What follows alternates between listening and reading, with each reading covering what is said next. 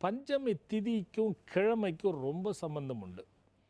அதில் ஞாயிற்றுக்கிழமையில் வரக்கூடிய பஞ்சமிக்கு மிகப்பெரிய ஒரு அற்புத சக்தி உண்டு.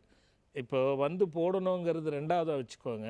இப்போ சூன்யம், மந்திர தந்திரம், திருஷ்டி, அல்லது உங்களுக்கு நீண்ட நாள் தடைகள், எப்போவுமே நிம்மதி இல்லாத இருக்கிறது, பெண் பிள்ளைகளை மட்டும் பெற்று அவஸ்தைப்படுறது, ஆண் பிள்ளைகளை மட்டும் பெற்று அவஸ்தைப்படுறது, இந்த மாதிரி இருக்கிறவங்களுக்கெல்லாம் இந்த ஞாயிற்றுக்கிழமை வரக்கூடிய பஞ்சமியில் ஒரு பெரிய விஷயம் இருக்குது. அது என்னென்னா, ஞாயிறு என்பது ஒன்று. அடுத்தபடியாக பார்த்திங்கன்னா புதன், 5 பஞ்சமி என்றால் புதன், இது ரெண்டும் ஒன்று கூடுறது.